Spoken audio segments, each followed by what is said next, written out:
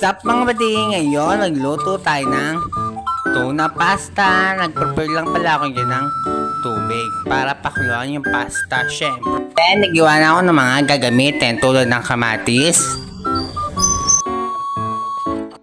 and ng sibuyas. Syempre, hindi yung mawawala.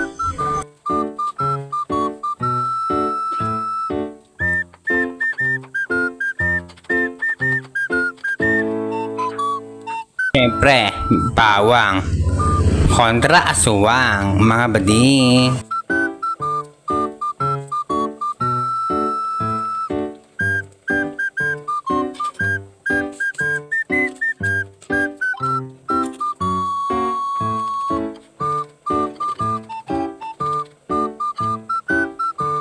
Pala ako ng spring onion dyan.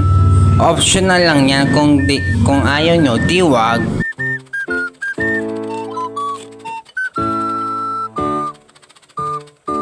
Ko muna palagi yung pasta. Hinalo-halo ko. Ayan, matigas pa. Unti pa to guys. Binalikan ko na pala yung pasta. Titignan natin kung malambot.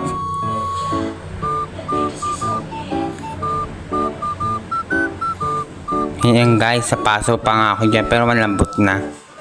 Start na tayo maggawa ng kanyang tuna sauce. Naglalagay pala ako oil and butter. Kulang butter, okay lang. Sunod ko pala dyan yung bawang. Minekos-mekos ko lang ulit hanggang siya masunog. Sinunod ko na pala dyan ang sibuyas.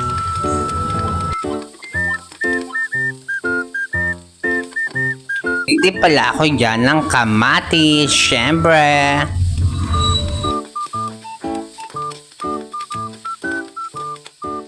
Ito pala dyan yung spring onion para may konting kulay.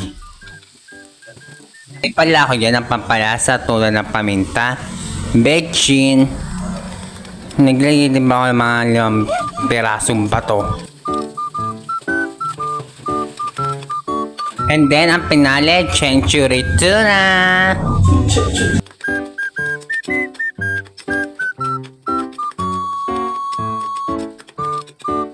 Pinapala dyan yung pasta.